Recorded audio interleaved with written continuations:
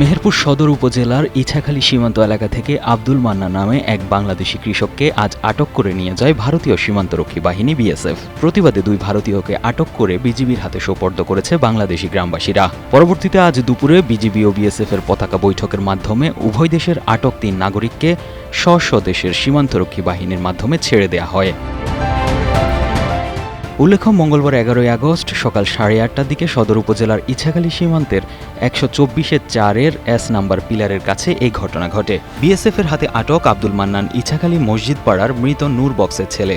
স্থানীয়রা জানিয়েছেন, আব্দুল মান্নান দীর্ঘদিন ধরে সীমান্ত সংলগ্ন প্রায় ১.৫ বিঘা জমিতে কাঁচামরিচ সহ বিভিন্ন ফসল চাষ করে আসছেন। বাংলা কিউআর যেখানে নগদ পেমেন্ট সেখানে। সারা দেশে ১০ লাখেরও বেশি মার্চেন্টে নগদে পেমেন্ট করুন খুব সহজে।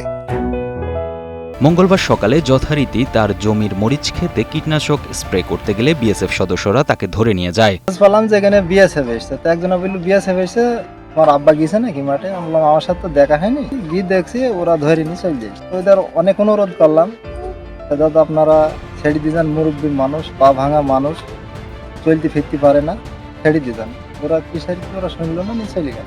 পূর্বে আমরা আমাদের বাংলাদেশ থেকে আমরা গিয়ে আবার ভারতের লোক দুটা ধরে আনার পরে এই ফ্ল্যাগ মিটিং পতাকা বৈঠকে ভোট করতে হলে বর্তমান বর্ডার অবস্থা।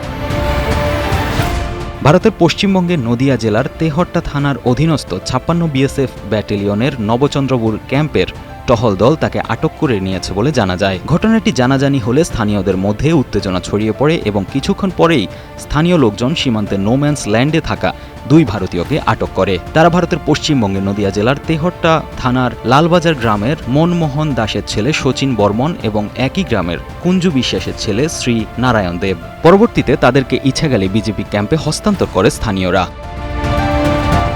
পরে বিষয়টি সমাধানে বিজিবি এবং বিএসএফ এর মধ্যে পতাকা বৈঠক অনুষ্ঠিত হয়। দুপুর ২টার দিকে ইছাখালী সীমান্তে আটক বাংলাদেশি নাগরিক এবং দুই ভারতীয় নাগরিককে ছেড়ে দেয় উভয় দেশের সীমান্তরক্ষী বাহিনী। পতাকা বৈঠকে নেতৃত্ব দেন বর্ডার গার্ড বাংলাদেশের ইছাখালী বিওপি ক্যাম্প কমান্ডার সুবেদার আবু হানিফ। অন্যদিকে বিএসএফ এর পক্ষে ছিলেন নবচন্দ্রপুর বিওপির company commander inspector Rajib Kumar.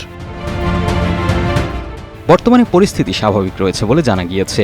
এ বিষয়ে ৬ বিজিবির অধিনায়ক লেফটেন্যান্ট কর্নেল নাজমুল হাসান বলেন, বিষয়টি নিয়ে বিজিবি এবং বিএসএফ এর মধ্যে দুপুরে অনুষ্ঠিত পতাকা বৈঠকের মাধ্যমে সমস্যার সমাধান হয়েছে। তবে সীমান্তের সাধারণ মানুষ ও কৃষকরা যেন ভারতীয় ভূখণ্ডে প্রবেশ না করে সে বিষয়ে সকলকে সতর্ক থাকার আহ্বান জানিয়েছেন তিনি। আমি মরগানের উপরে যে কলা গাছ মাসে ছাড়াবো, ওই ওপরে ওখানটা আমি জমিতে পা দিই, আমি মেশিনে ছাড়ি উঠে আমার একটা শরীর ভয়ে উঠছে, তেমন মেশিনটা খুঁজে চলেছে। তারপরে যেতে আমি কেবল দুইটা ছুটি গিয়ে এই মেশিনটা নামাবো এরকম ঘুরে পড়েছে, আর ওনারা একদম হাজির হয়ে গেছে, আর আমি ভয় একটা হয়ে গেছি। যার পরে তারপরে আমি বললাম, বাবু আমাকে এখান থেকে নিন না, ছেড়ে দেন। আমি ঘর যখন ঢোকালু এদিকে মানে অনলাইন করছিল, তখন এসে একজন এসে এরকম তাকালো, তাকে আমি ৫ বড় হয়ে বসে হবে, এখানে একটা নাচে দিল, আর এই পায়ে করে পা দিয়ে তুমি ঠেসে এই দেখি এইটা গাল গিয়ে দেয়নি, ওই তুমি করেছে। জিজ্ঞাসা করলে তুই কেন আগে কিনলে? আমি বললাম, বাবু আপনাদের এই মাঠে সবই আমরা চলাচল করি, এমনি এসছি একটু এইটুকুই অপরাধ। তাছাড়া আমি আমার জানলাটা ভয়ে গেলে আমি ধরে চলে যাচ্ছিলাম, ঘুরতে গিয়ে দেখছি আপনার জোয়ান আমার বসে গেল। আমি এত অনুরোধ করলাম যে ছাড়িয়ে দেন, এখান থেকে নিয়েন না। তো তাও। নিউজ ডেস্ক, ২১শে টেলিভিশন।